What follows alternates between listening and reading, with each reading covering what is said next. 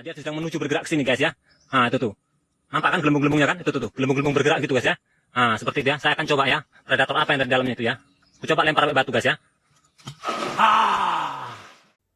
Viral pria yang memberi peringatan kepada warganet saat berada di rawa-rawa. Rekaman berisi peringatan itu tersebar luas di media sosial. Salah satunya diunggah oleh @faktaindo di Instagram pada Rabu 24 November 2021. Dalam video singkat yang diunggah, ia memperlihatkan sebuah genangan air di rawa-rawa yang tenang.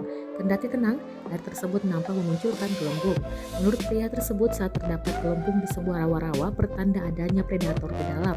Keberadaan buaya di air rawa tenang salah satunya ditandai dengan kemunculan gelembung-gelembung udara kecil yang bergerak ke segala arah di permukaan air. Ia pun mencoba membuktikan kebenaran terkait gelembung di rawa-rawa tersebut. Dan nyatanya benar, saat dilempari batu pada gelembung tersebut, tiba-tiba muncul seekor buaya bertubuh besar melompat dari dalam air rawa, mencoba menangkap batu yang dilemparkan pria itu.